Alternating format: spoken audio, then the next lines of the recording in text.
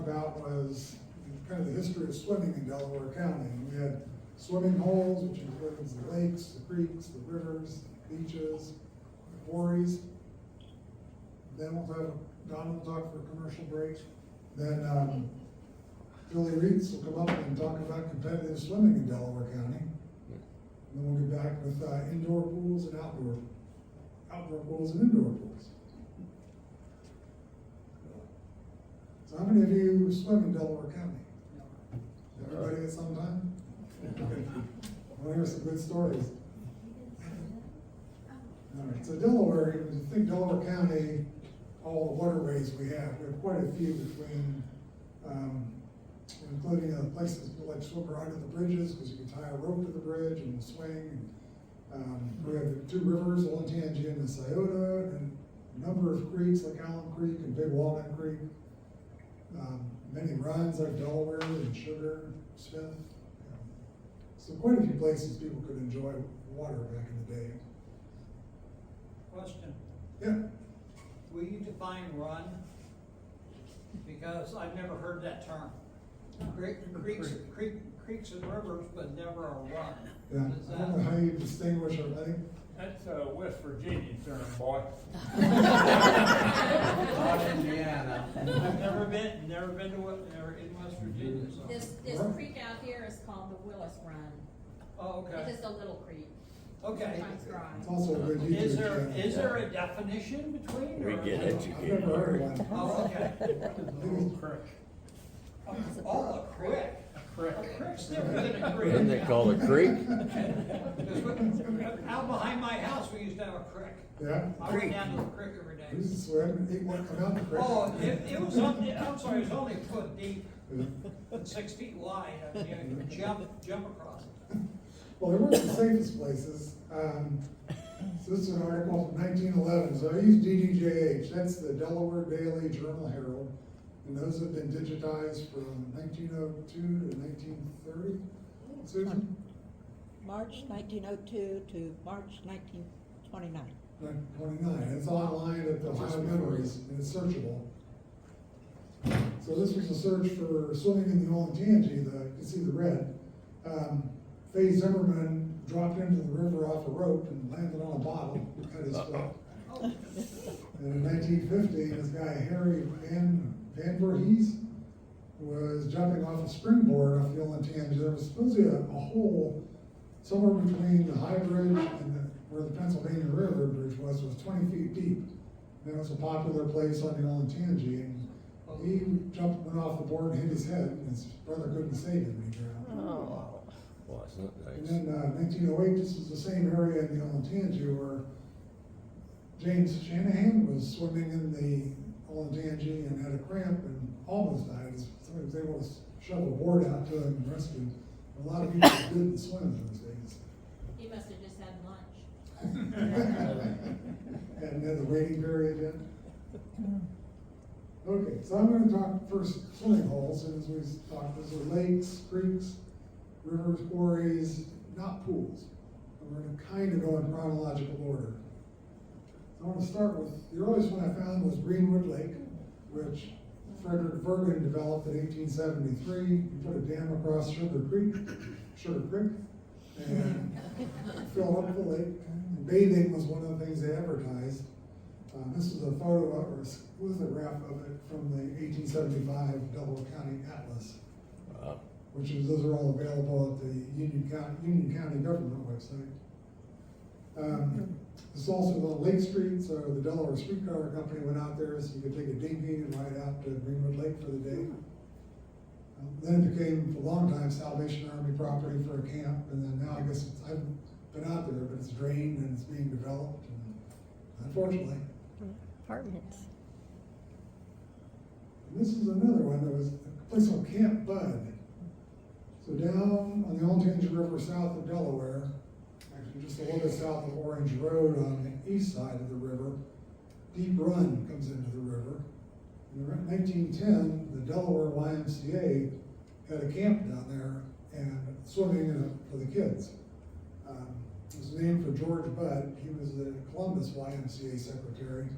And at the time, Robert Boardman was the Delaware YMCA secretary. And he was the older brother of Ruth and Dot, who were longtime Delaware teachers.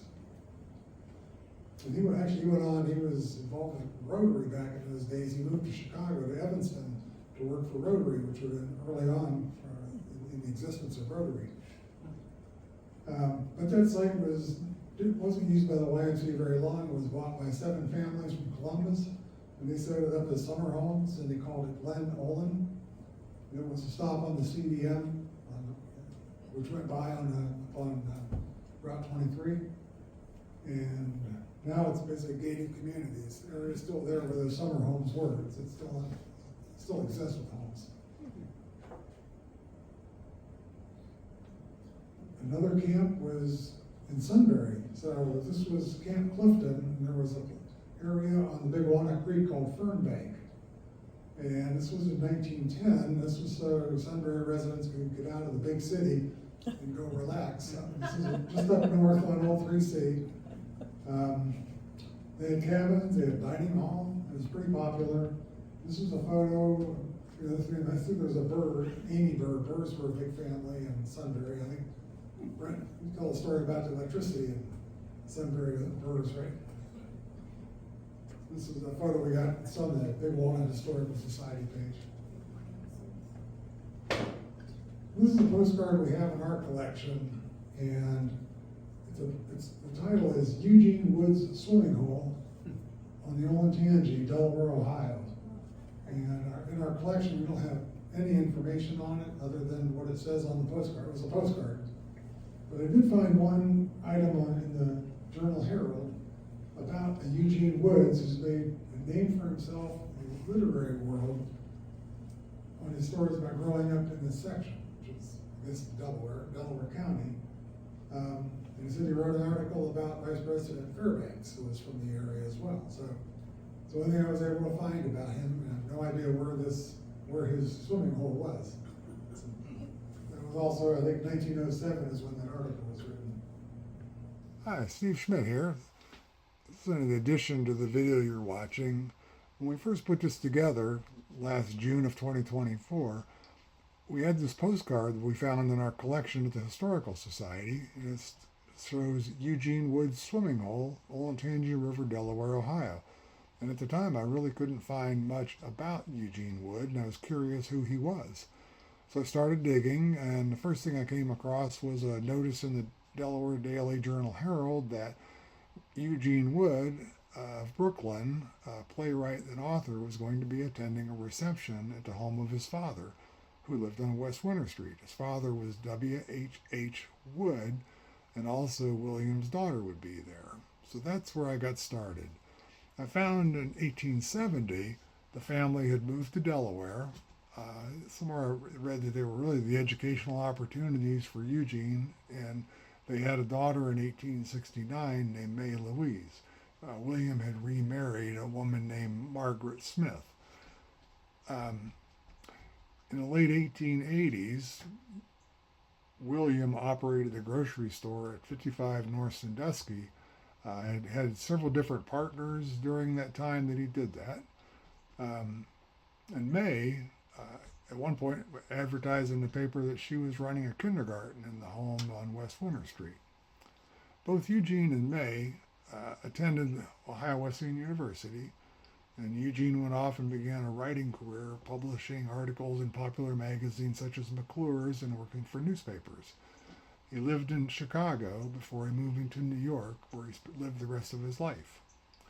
One of the stories that he wrote was called The Swimming Hole.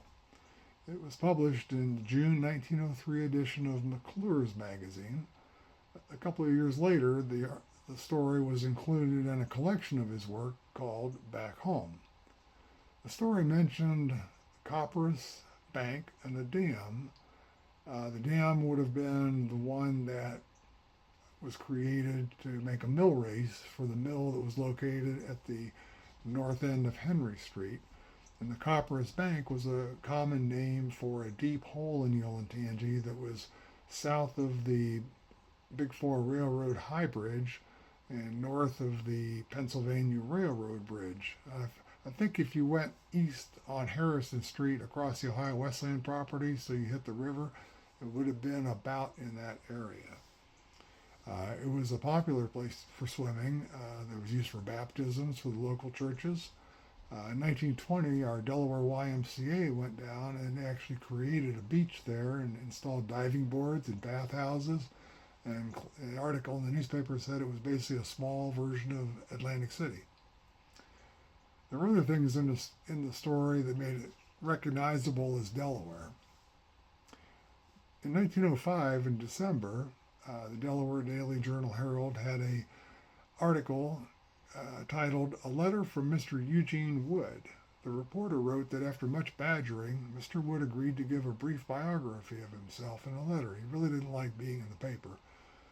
He wrote that as a boy, he played with George B. Donovan, a Colonel C.H. Adams, who he said was now the superintendent of the Boys Industrial School in Lancaster, and with Frank Packard, who was our famous architect from Delaware. He wrote that he attended Ohio Wesleyan, but was suspended because he, quote, "the black crime of having walked in a masked parade on Washington's birthday." I don't know what that means, but it was enough to get him suspended. But later on, he said at the silver jubilee of his class at OW, they gave him his honorary degree. And he was honored again in 1911. By 1910, William and May were living in New York with Eugene and his wife Mary and their daughter Margaret. Margaret was an actor on stage and later on movies. Her stage name was Peggy Wood. Even though she was married, her first husband was John V.A. Weaver. In 1919, she appeared in her first movie, which was Will Rogers' Almost a Husband.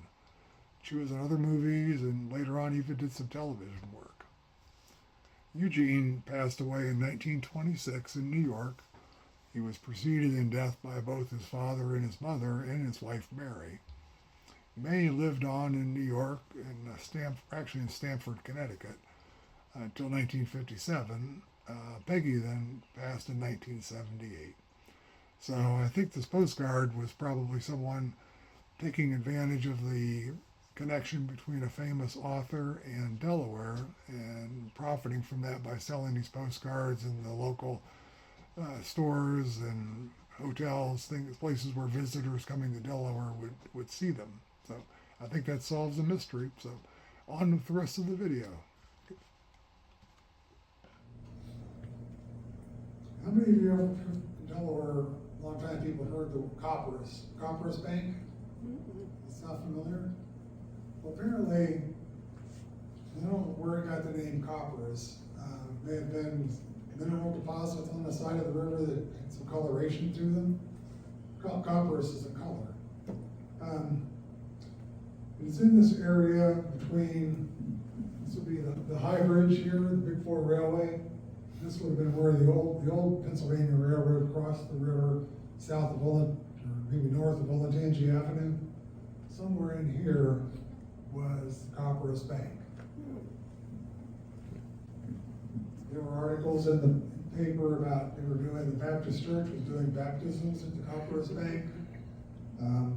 Where we talked about the guy with Manelli Brothers, that was where he almost drowned. Then there was an article, it said it was a half-mile south of the Big Four High Bridge. This was in 1910. This map came out of the 1875 Delaware County Annals again. So in 1920, the Delaware YMCA decided to create a beach in that area. So they, on both sides of the river, they got access, the Ohio Wesleyan professor owned the land on the east side. On the west side, part of it was also the Pennsylvania Railroad. They got permission to use both sides of the river, and they created beaches. This was in 1920 when it first opened. It had bathhouses, diving boards. This has been quite a facility. It looked like it was right at the end of Harrison Street. So Harrison Street is where Worley Plumbing is. And if you it ends at Henry Street now, but before that, it would have gone straight down to the river. So that would be about where it was. The map also shows Henry Street going down and then curving and ending at the river. So somewhere in that area. And then another popular swimming place was, I've never heard it called Denison Dam, but this was a low-head dam just south of the Stratford Bridge on the Olentangy. And I remember we canoed across it, so I remember being there, but the only thing I could figure was Leonard Denison with the Delaware Clay Company. He and his son Charles owned land right at the corner of Bean Holler and Route 315. And that would have been pretty close to where this dam was. And that may have been where the name came from the Denison family. This is a photo of Bonnie Bradford Gary had posted on Facebook. Her family down, it's a car wash as well as a beach.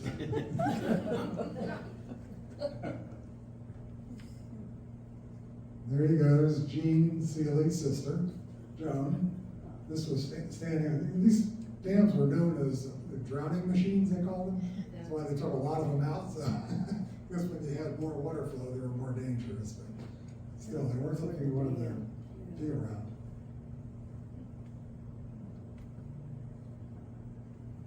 And then Blue Limestone Quarry had a long history as a swimming facility. So we did a few years ago, we did a walking tour of Blue Limestone. We went over all the history, and that video is up on our YouTube channel. But up until the 30s, it was an operating quarry. And then during the 30s, they stopped quarrying, and it was full of water. And with the higher Wesleyan students being just up there at Medette Hall, it became a popular swimming hole for the Wesleyan students. And for city people too. Delaware City Recreation, there were articles in the paper about them testing the water and having a lifeguard there, so it wasn't just a swimming hole. I think Delaware, the government had something to do with operating during the 30s. Then in 1940, about then, William Tilton, from Tilton Transfer here in Delaware, bought it and opened up a private park, Blue Limestone Park, that had swimming, horse riding, horseshoes, miniature golf, quite a softball, baseball field. And then he sold it in 1955, and the city of Delaware took it over as the city park we have today. Here's some photos from 1935 showing on one where the students have made up a diving board. It doesn't look very safe. And another was the co-eds sunning themselves on the beach there. And these two, this is one of two concrete diving board platforms that are still there that were related to when it was during the 30s. They weren't part of the William Tilton. That part of the quarry was for boating and fishing when Tilton had it as the Blue Limestone Park. And then here's some photos from the 40s and up to the mid-50s when it was Blue Limestone Park. This is an ad that showed up in a lot of the high school and the high Wesleyan yearbooks. It shows how Tilton split it into a swimming area to the swimming area up here. He built this barrier across here that's filled. When I was a kid, this was gone, but you could still walk all the way out to the side of the quarry. And then at some point the city took some of that out. So this was swimming, and over here was boating and fishing. And these were Dick Browning's book, Delaware, the Way We Were. These are some photos that were in that of the lifeguard station, bathhouse, and then one of the lifeguards. Did any of you swim there? Gene, you swam there? Yes. Yeah? Does this look familiar? Lots of softball. Lots of softball too, yes, all night long. Mr. Tilton was our sponsor. He paid for all of our expenses. Oh, great. She said Mr. Tilton, William Tilton was their sponsor. I never did it, but I think Allen Creek was a popular place to go jumping off the cliffs. Still do.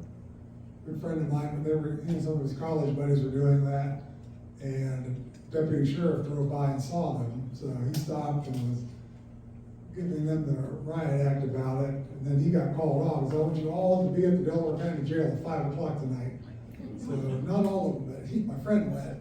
And they got there, and the deputy never showed up, so the guy at the desk at Delaware County Jail said, get out of here. don't do it again.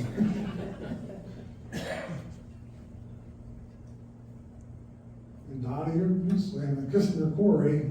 So Samuel Kistner, during the 20s, operated Blue Limestone limestone quarry. He didn't own it, but he operated the quarry operations.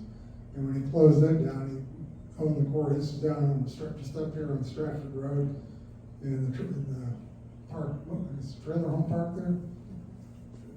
So Harry Hart said he swam down there as well. I didn't swim with him, but I bet he did. A lot of high school kids went down there. Okay. And we had the big place around here was Eccles Lake. So this information came out of an article in the Gazette. It was the 10th anniversary of Eccles Lake in 1948. We talked about how Lloyd, official name was Lloyd, but he went by Jack Eckel. So his dad, there used to be a similar, probably not as extensive, but a park like this up at Centerburg called Robbins Lake.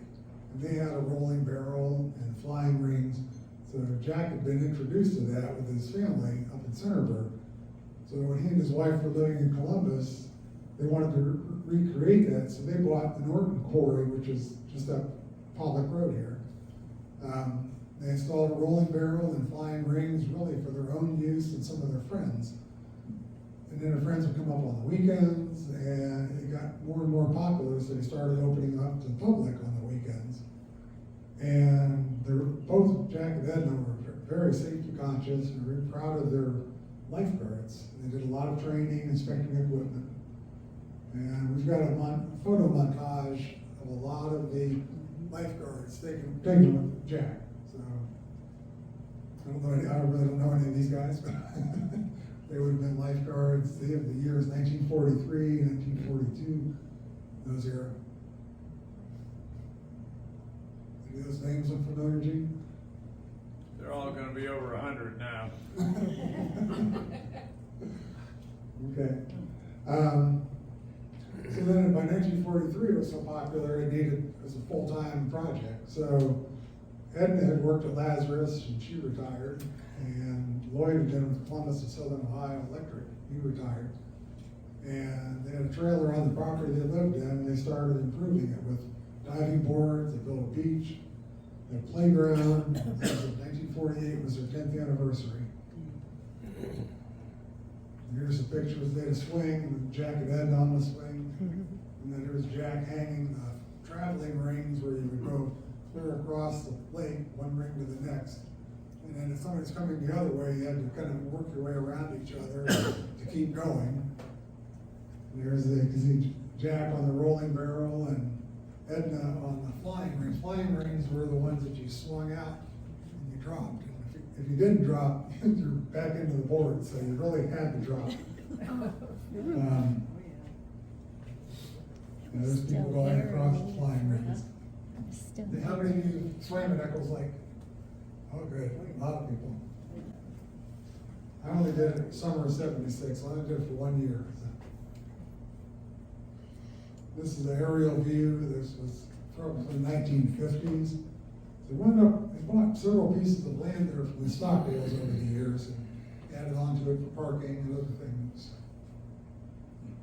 Here's a picture that shows more of the property with the parking areas. So fairly large piece of 14.5 acres when they sold it.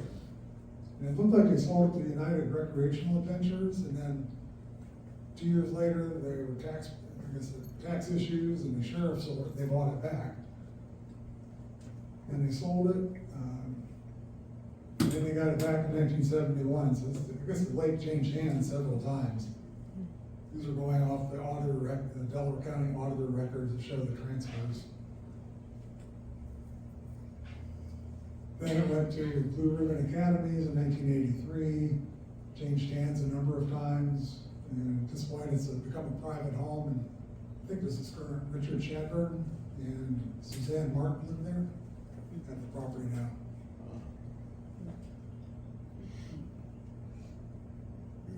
Here's a picture, it's a color picture showing the flying rings, and diving boards, and here's somebody coming off the traveling ring, or the flying rings and the traveling rings.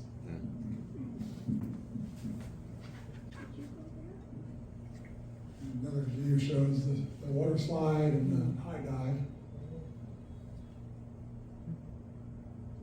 Another swimming area was Homestead Pond. Anybody swim there? west of town? Yeah, yeah, Okay, off of 37. yeah.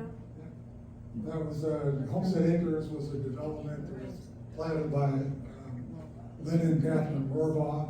And the original plat didn't show the pond, so I guess some of the homeowners would have banded together to create the pond in the middle of their properties.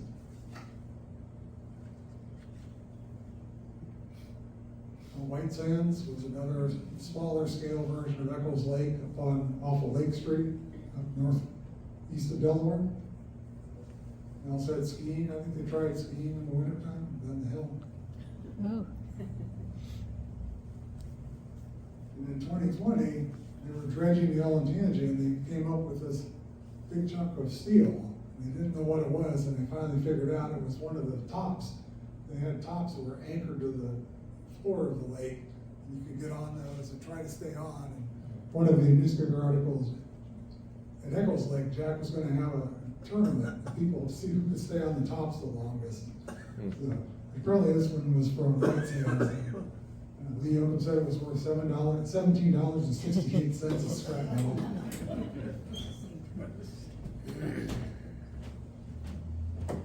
And here's the Delaware State Park Beach, which I remember going to quite a bit when it first opened up. They had 7,000 people there at one point. It's a long beach.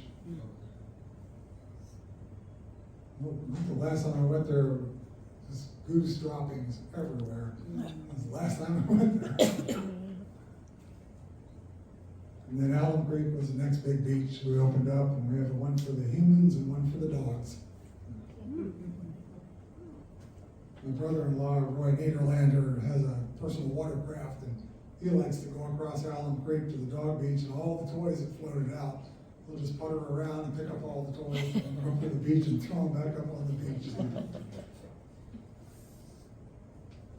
And that's really what I talk about swimming holes. Any good stories?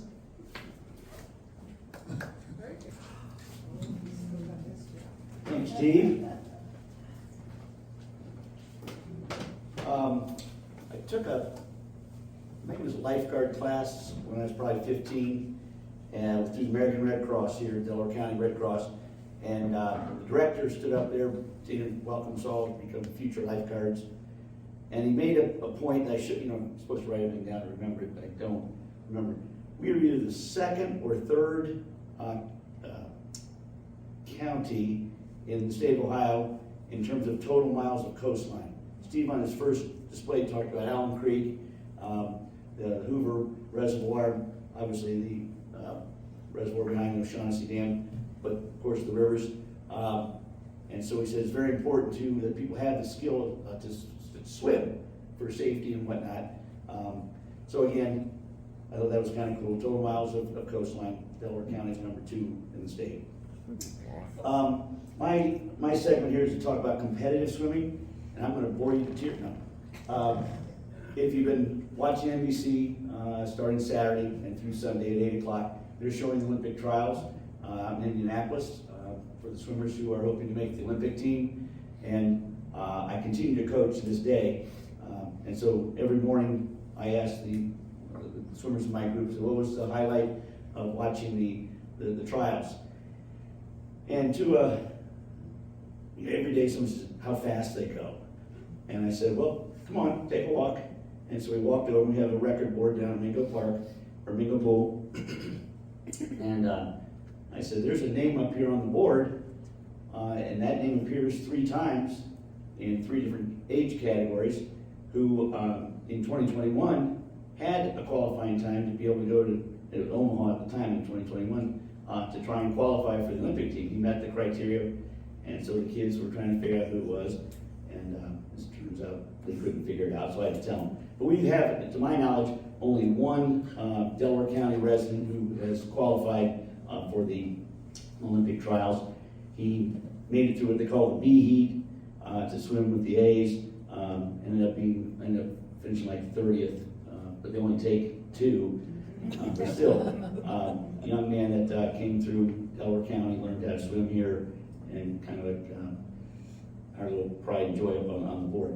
So competitive swimming, there are 2 components. There's obviously outdoor and indoor. Steve's going to talk about indoor and outdoor pools, so if I mention a couple of these pools that don't make sense, his segment is going to fill you in with where these places are.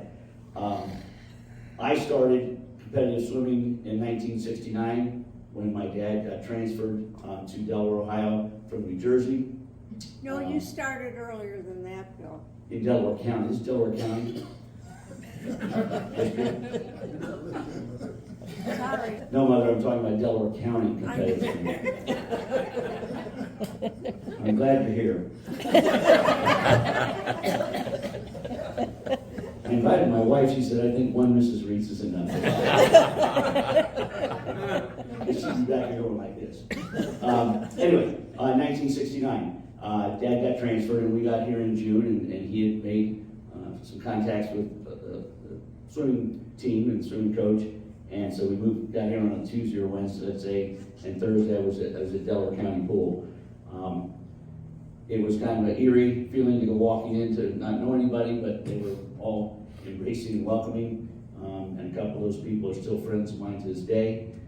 So I'm blessed from the Delaware Swim Club. Now, I came walking up, and this was the colors of the Delaware Swim Club in the late 60s and early 70s. And I don't remember wearing these things. And like a day like last night, we had a swim meet down at Mingo. Good gosh, how do they wear these things in the summer? But obviously did. The Delaware Swim Club was started in the early 50s, 1950s, and they used the colors of the Delaware City Schools. So that's what they got. I guess I got this from Bob Irish, his older siblings, Tom and Bill Irish. You may recognize those two names. Some very, very good swimmers, the whole Irish family were. But Bob gave me this. He found it in his brother's artifacts. And so he got a D, orange and black, which says Stingray. So it's not, the Pacers or the Panthers. Well, they didn't have the Pacers back then, but the Panthers. So I thought that was kind of cool. And the patch shows they were, Delaware Stingrays were champions in 1964. I don't know champions of what league. But anyway, that's how I got introduced to Delaware County competitive swimming. I continued to swim through high school, and then once I got out of college, I started coaching in Delaware County. I've been doing that ever since. So I know a little bit about competitive swimming, not a lot, but enough to entertain you for about 10 minutes. Okay, so the Delaware Swim Club, as we said, started the Delaware County Pool, and then in 1973, the program moved to, or after 1970, the program moved to Hayes Colony Pool, which was built just up north of the Delaware County Fairgrounds on Pennsylvania Avenue. And then in 1976, when the Mingo Park Pool opened, the Delaware Swim Club then trained and competed down at Mingo Park Pool. At that time, it was a private club, so they had to come up with all their funding and the payment of the coaches and expenses through memberships. It wasn't a Parks and Recreation program. At about the same time, mid to late 70s, Wesleyan Woods, a homeowners association pool just off of 23 up the road, started a competitive swim team. They only swam in the what was called the Coastal, it still is called the Coastal League, Central Ohio Swimming Association. The Delaware Swim Club was in the Mid-Ohio Swim League. And I remember, and I wasn't driving, but we would go to Coshocton for meets on Wednesday. We'd go to Worcester. We went to Springfield. Worthington was a far trip too. No, that was the closest competition we had, in Mount Vernon. Those were the teams in the league. COSA is Central Ohio, and that was a smart league to be in because you didn't have to travel very far. But anyway, in 1979, Jim Gargis, who was the assistant Parks and Recreation director and became the Parks and Recreation director, wanted to have a competitive swim team. So in 1979, DARTS was born. DARTS stands for Delaware Aquatic Racing Team Stingrays, and it's been in operation since to the present, 79 to now. So it's a Delaware City Parks and Recreation program. In Powell, when they got their municipal pool in the late 90s, they started a swim program, and they still have a swim team down there in Powell. The Powell Y in 2002 has a summer team, but they also have a year-round program, because they have an indoor pool, they have an outdoor pool behind the Y. And then the Delaware Community Center, YMCA, they also have a year-round program, but they also have a summer program. So there's a number of summer programs in Delaware County. And the thinking is, with Big Walnut's growth, or Sunbury's growth, that they will get a YMCA over there. Central Ohio YMCA is trying to get over there. So we've got a lot of competitive swimming going on. Zach Ward, who I was telling you about, came through our summer program, but he also swam at the high school. Now the high school has had Delaware Hayes High School has had a swim program since 1967. And they had a girls team starting, that was a boys team, and they had a girls team starting in the 80-81 season. Is when I got started coaching at the high school. That was the reason I got a job, because they had a boys team and a girls team, and they had one coach. And so the board in their infinite wisdom said we should have two coaches, seeing there are two teams. And so that's how I got on at Delaware Hayes High School. Other high schools, Olentangy, the original Olentangy on Shanahan Road, they started their program in the mid-90s. I helped those families get started. And then 2010 to the present, Big Walnut has had a program. And Village Academy, which is now closed down in Powell, they for about 4 or 5 years had a small, very small, probably 5, 6 swimmers, but they had a program. And in 2018, Buckeye Valley organized a team. It was 2016, I'm sorry, 2016, they formed a team. Prior to that, coaching at Delaware Hayes, I would get a single or 1 or 2 kids from Buckeye Valley, maybe one from Big Walnut. We had a couple from Olentangy before they started a team. They'd come up and train with Delaware Hayes. And of course, then the legal minds got involved and said, can't do that. Those aren't registered students, in Delaware City Schools. He told me, I said, that's fine. I was trying to work with kids. So those are the high school programs. So every high school in Delaware County has a boys and girls competitive teams. Steve's going to talk about indoor pools. The issue is where they train in the winter. High school swimming is a November 1st through the end of February. I know he shows a lot of swimming holes. None of those would be very good for those months of the year. But there's a variety of locations, and Steve's going to talk about those. So if you see an indoor pool, he's talking about Delaware Hayes, Big Walnut, Buckeye Valley, Olentangy's had probably used those pools. I think that's it, unless you have questions about competitive swimming, but it's been a big part of my life, and that's what I continue to do. And I stepped down from high school in 2017, so I'm not doing the winter anymore, but I continue to do the summer. We have 156 kids this summer, ranging in age from 5 to 18. So it's kind of fun. So it's almost like a family. We got a 5-year-old, watching the high school kids swim, and the high school kids kind of helping the little kids get to the blocks on time for their events. So I think it's a wonderful sport. Obviously, I'm prejudiced, but it's a skill that they can use the rest of their life. And with all the coastline here in Delaware County, as I said, it's a skill that those people can have, whether they're going to an indoor or outdoor pool, a creek, a pond. I grew up swimming in different bodies of water that my mom and dad don't know about. But I had a pool membership, but not everybody had a pool membership, so I had to go where my buddies were. So anyway, if there are any questions, I'll be around afterwards. My mom has a question. No, go ahead. No, you go ahead. Okay, so I heard that there was a meet, a change in the name of a meet last year. Oh, yes, there was. Could you talk about that Sure. real quick? What was the question? Oh, the question was, there was a name change for one of the meets that's held annually in the city of Delaware. Starting in, anyway, the 50th annual Delaware Hayes High School Swimming and Diving Invitational is held the first Saturday in January, thanks to Ohio Wesleyan University, one of the indoor pools. And the athletic department of the high school changed the name this year to the Bill Rietz Invitational. So,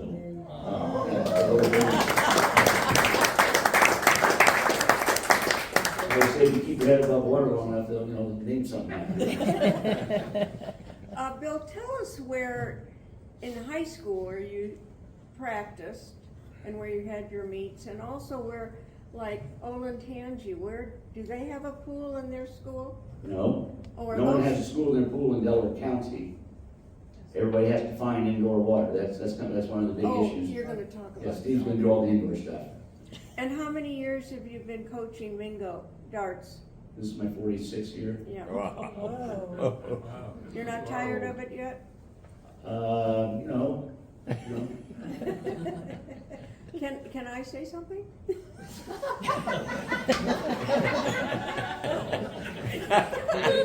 Boy, I can call you, yes you may. Okay, well, I just want to say, when we moved here, and Bill also, all our kids, all 4 of them, swam in New Jersey, where we came from. It was a neighborhood pool, like Westland Woods, and they had competition in other neighborhoods, and so that's where they all started. And then when we moved here in the summer, that's how we got to meet people, because the kids started up at the pool, and we would go up. They would have all-nighters, they'd swim marathons to raise money, and the parents were there feeding them, and people that were coming to swim, just not to swim them. And the things we would do, it was a wonderful beginning, and I would hope that maybe they're still doing that today with, I know with Mingo, but stuff. You have great support from your families, and I think it's wonderful. Okay. Well, we are having a fundraiser next Wednesday. It's not an all-night marathon, but it's a 12-hour relay, what we call it. Oh, Starts at 6 a.m. and ends at 6 p.m. okay. down in Mingo. Yep. All right, Steve, let's get back. I was really hoping, one of my good friends, Melanie Danoff, could have been here tonight. She He was was Bill's in captain on 5th the grade. girls' swim team for Delaware Hayes. And then later on, he coursed her when she was teaching, coursed her to being the girls' team coach. So she's on her way back from Hawaii and won't get back here till tomorrow. So. All right, so continuing on, we're going to talk about outdoor pools. The first one, I think, was Wooley Park up in Ashley. And Wooley Park was established as a spiritualist meeting place with an auditorium in 1892. I don't know exactly when they added the swimming pool. This is the photo we have of it from our Historical Society collection. So it was there in 1914 because they had the first Ashley Water Fair. Oh, my. And I took some of the races, you can't really read those, but they had a tub race, a boys race under 14, water wings race for kids, ladies speed race, barrel race, water tango, ladies wading race, men's race in women's clothes. They had the prettiest drop off the high platform, the first girl to drop off the high platform. What was it? There were a bunch of them out there, the first one to come on. Fewest strokes, distance race, and there were a whole bunch more listed on here, but it must have been quite an activity. I think they said 500 people were there to watch this. That's awesome. This was 1914. Yeah. Then in 1915, they added a steam heating plant. They wanted to extend the season for the pool. Bill said, "Where are you going to swim in the winter?" But by 1920, there was an ad for they were actually going to auction off all the equipment for the swimming pool. So I don't think it was there that long. And this is one I found kind of late. It was called the Blue Mist Dance Hall.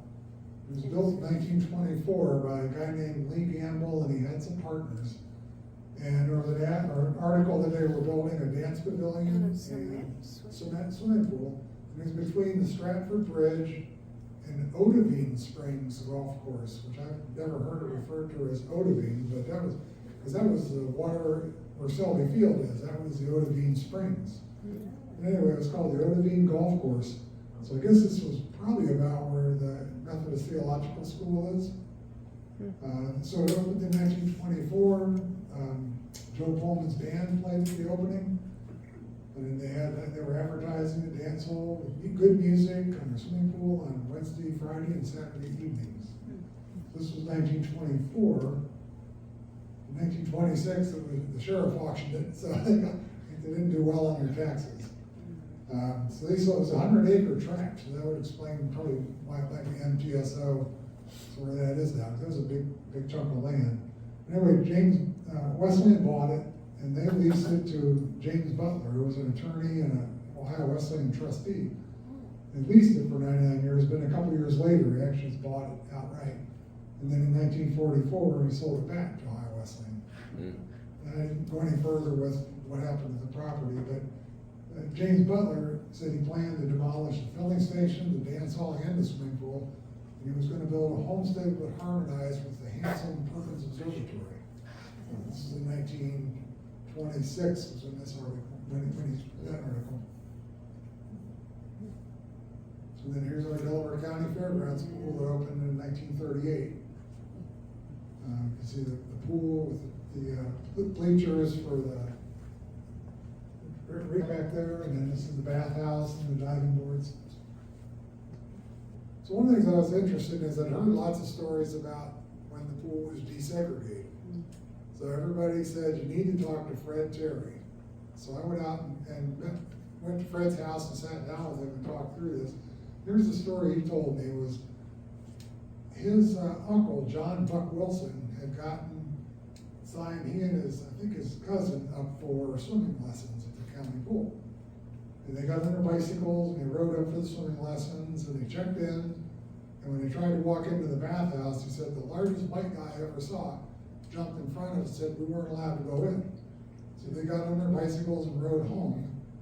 And their uncle was kind of upset about it, so he got a lawyer, and they had a group of 40 people that went to the county commissioners meeting to complain about the premise was that the county pool that was funded was supposed to be open to everyone because everyone was paying for it. And so they said, you can't keep us out. The county commissioners told them, really, it's run by the fair board, so you need to go meet with the fair board. So they had a couple of meetings with the fair board, and it was the end of the season. So they all agreed to work on it over the winter. And I couldn't really find anything after that, but apparently it was resolved, and that was the end of segregation in the pool officially, although Fred had some other stories. And Fred lives out at Homestead Pond, so he was also talking about swimming in the Homestead Pond as well out there. Interesting guy. So you know, the Delaware Invitational, this was a picture of the first one in 1962. And our pool was 20 yards wide. And later on, the Fair Board wanted to hand it off to Delaware City. But about 1975, they had a major leak, and it was too expensive to repair, so that's when they closed the pool. And as Bill said, the team used the Hayes Colony pool for a couple of years. And this was interesting. In 1954, anti-vaxxers? Well, 1954, they were building a facility in Magnetic Springs to take care of people with polio. My mother remembers, don't go swimming in the summertime because polio was still scary. People were still catching polio. But they had a water show to benefit this new facility, and Bruce Harmon and Robert Billingsley were two divers that came in as clowning around with their act for the people to raise money for that. And also mentioned Judy Bridge, who's a Red Cross rhythmic swimming instructor. And Judy Strymer, you know the Strymer family, and Pete was in my class. So I thought that was pretty cool. Sunbury had a pool from 1958. I'm not sure when it closed. It's been a while since it closed. Big Walnut Swimming Club, swimming and recreation. Some of the rules are listed there: no running, pushing, or ducking. Yeah. Anybody swimming Big Walnut pool? For sure. It's been a while since it closed. And then Shawnee Hills had a pool for many, many years, 1930 to 1970. And here's some ads for, they were really selling lots up in Shawnee Hills, and part of trying to get people to buy lots out there was pushing the swimming pool that they had there. It was dedicated in 1930. This came from a lot of information from the Powell History website. They have quite a few pictures and information about the pool. And I was interested, Johnny Weissmuller, remember, the Olympic swimmer that played Tarzan in the movies, came when they dedicated the pool, he came and did a swimming exposition. And he did a lot of those. I was, one of my family stories, my grandfather managed a Pittsburgh natatorium in Pittsburgh, obviously. And supposedly at one point Johnny Weissmuller did an exhibition there, and he got into the Pittsburgh newspapers and found the article about when he swam there. My grandfather was a manager at the pool. This was state of the art at the time, with the finest sterilizing and filtration equipment available. Anybody swim there?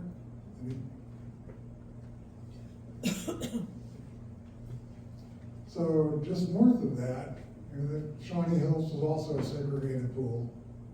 But just north of that, at the Lucy Depp Park, which Robert Good was a descendant of the Depps, developed that with a 102-acre site with 102 acres, 720 building sites, marketed towards African American families in Columbus that, because of redlining, couldn't build houses in many places. And one of the things he did was he built a swimming pond for the homeowners to swim in there. And this photograph, it calls it Lake Flournoy, but people I talked to in Depp don't remember that name at all, so I'm not sure where that name came from. But if you go down Harriet Road by the Depp Settlement House and Barn, there's still a pond there, and that's what's left originally, but that was for the swimming pond. The concrete's all gone. And Michael Hamilton and Depp sent me these photographs of back in the day when they were swimming there. And this is just south of the Twin Lakes. I'm sure people swam in the Twin Lakes there in the Scioto. This was a pool, and actually it was called the Elm Valley Swimming Pool at Elm Valley High School back in the day. I don't know when, it's still there, there's still a pool. I guess it's owned by the city now.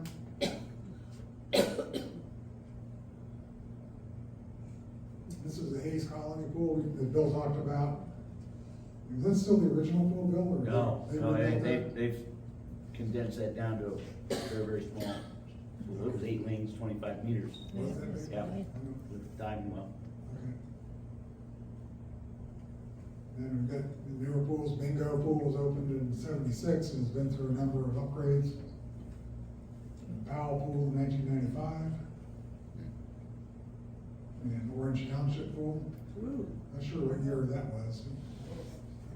Not long ago, I don't think. And then the big one was Wyandotte Lake over at the zoo. It was opened in '84, and then eventually that was demolished, and the zoo took it over and opened up Zambezi Bay. And it's still going strong. Yeah, $45 to get in there. Okay, so that was outdoor pools. Yeah.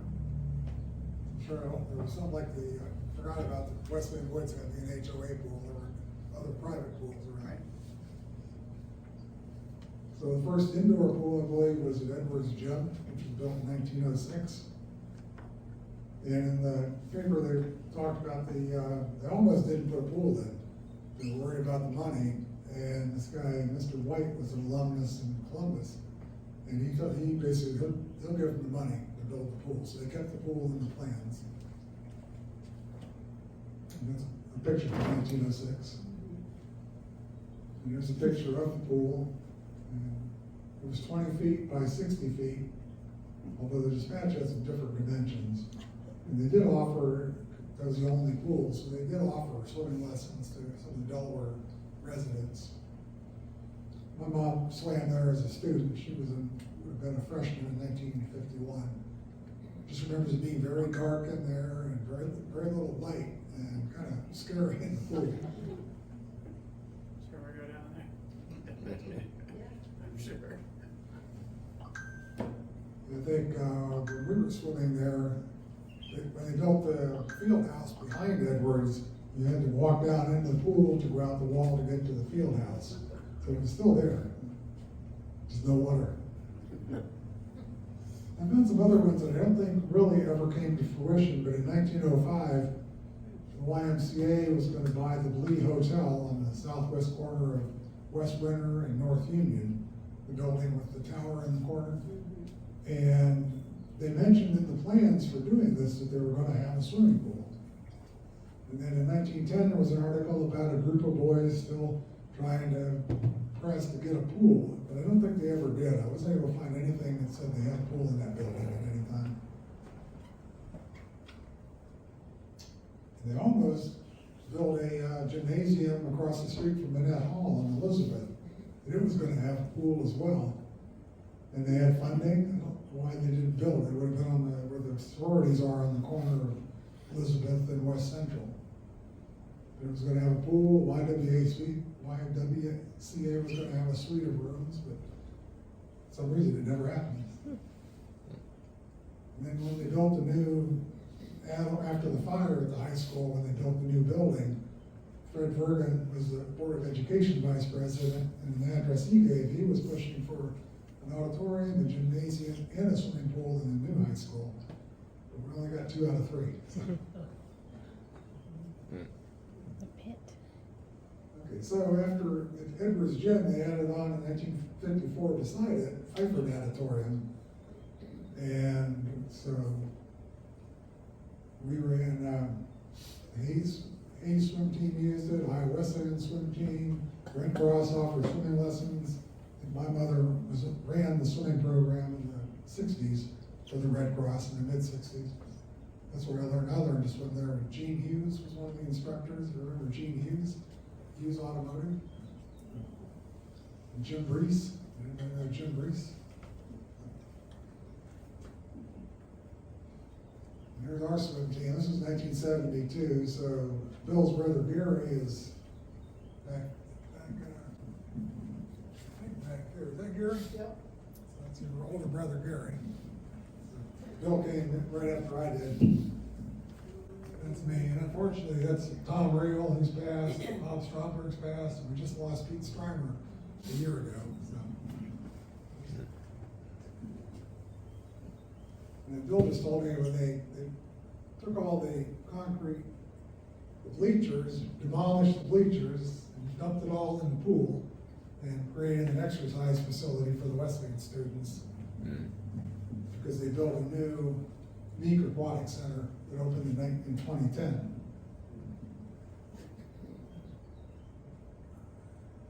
And then we had an indoor pool at the Holiday Inn.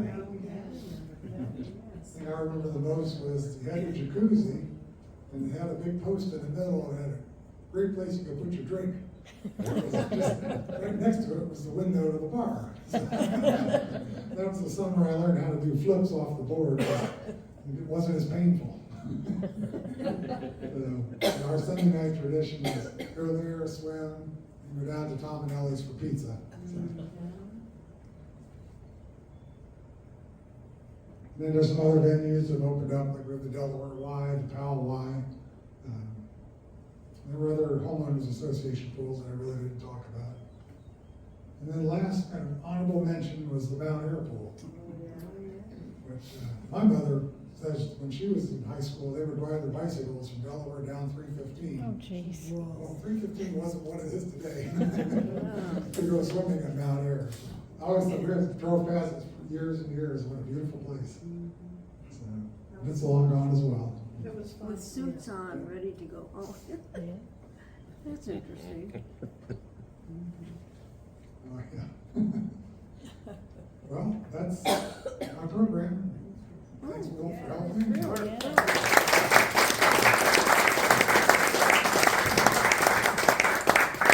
Any questions or stories or?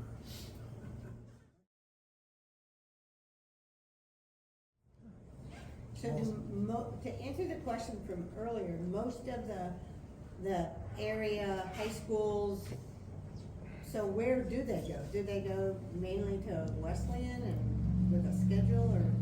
Now, I can answer that, Lori. Bowling Tangy on Shanahan Road, they train at Mount Carmel on 23. Oh, yes, There's a that pool makes there. sense, that makes sense. That's a 25-meter Yeah. pool Yeah. in that facility. Orange High School, they go to the Lakes Country Club, Oh, okay. and they put a bubble over their pool in the wintertime, so that, they can use that. Liberty High School goes to Powell Y, and Berlin kind of does time at the lakes, Yeah. and then Sundays they're at the Delaware YMCA. Interesting. Buckeye Valley's at Delaware YMCA. Big Walnut goes down to the Westerville pool. Okay. They get like 9 to 10:30. I mean, they get ridiculous hours. I mean, but When we were swimming, we could only have Wesley 1 hour, 4 nights a week. yeah. So it's hard to be really competitive with Yeah. that limited amount of training. Now, Delaware Hayes, since 1967, has trained at Ohio Wesleyan. And Steve showed the Holiday Inn, and when Wesleyan closed their pool at Christmas time, that's where the team went to swim. Oh, really? Yeah, we were there from 5 to 6:30. Yes, and what was your schedule and now, what's your schedule? Oh, you Well, don't do the high school No, a lot of the anymore. high schools have to go in the morning, early morning before school, or they get 9 to 10:30 at night, because there's just not space, like ice hockey, no Yeah. ice time, so. Do you think if they're going to build another high school, Delaware High School, would they put a pool in? Up to those folks who are looking at the facility study. We'll see. Dublin has 3 high schools and they all share Dublin Rec Center pool. Yeah. They're in there after school for a good, 3 hours or so total. They got the whole pool, so. Yeah. Aren't a lot of communities starting like middle school programs now too? It's a good point, DJ. I didn't think we had Dempsey for the last 12 years has had a middle school program, and they get 3 lanes for an hour at the YMCA, and they get like 25, 30 kids. That's a lot of people in the lane. Wow. So yeah, it's I don't want to say it's a growing sport. It's like all the sports. The more kids you have, the more people are going to be involved. But yep, water is sparse, indoor water. They didn't have ice hockey in the schools then either. A lot of kids are in that, so winter sports. Thanks everybody for coming. Yeah, Thank thank you. you.